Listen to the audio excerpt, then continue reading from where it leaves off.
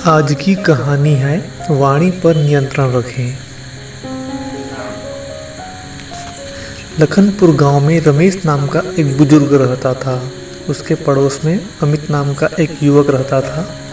एक बार गांव में चोरी की एक वारदात हुई और बुजुर्ग ने गांव में कुछ लोगों के सामने ऐसे ही कह दिया कि उसके पड़ोस में रहने वाला अमित चोर है। यह बात दूर दूर तक फैल गई और आसपास के लोग अमित से बचने लगे। अमित इस बात से परेशान हो गया क्योंकि कोई भी उस पर विश्वास नहीं कर रहा था। तभी शक के आधार पर अमित को पुलिस ने हिरासत में ले लिया, परंतु अमित के खिलाफ कोई सबूत नहीं होने से वह निर्दोष साबित हुआ और उसे छोड़ दिया गया।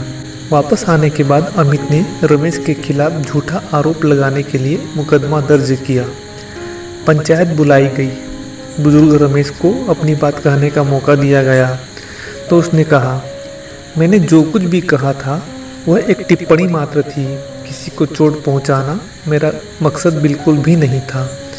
सरपंच ने बुजुर्ग रमेश से कहा, आप एक काम करें, एक कागज़ पर वे सब बातें लिखें जो आपने उस युवक के बारे में कही हैं और जाते वक्त उस कागज़ के टुकड़े टुकड़े कर घर के रास्ते में फेंक दें और कल फैसला सुनने आएँ।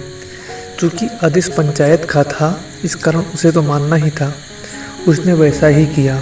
अगले दिन सरपंच ने उस बुजुर्ग से कहा, श्रीमान, फैसला सुनने से पूर्व आप बाहर जाएं और उन कागज़ के टुकड़ों को जो आपने कर बाहर फेंक दिए थे इकट्ठा कर ले आएं।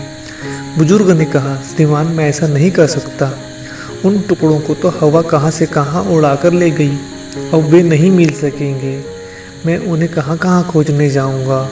तब सरपंच ने कहा, ठीक इसी तरह एक सरल सी टिप्पणी भी किसी का मान सम्मान उस सीमा तक नष्ट कर सकती है जिसे वह व्यक्ति किसी भी स्थिति में दोबारा वापस प्राप्त करने में सक्षम नहीं हो सकता।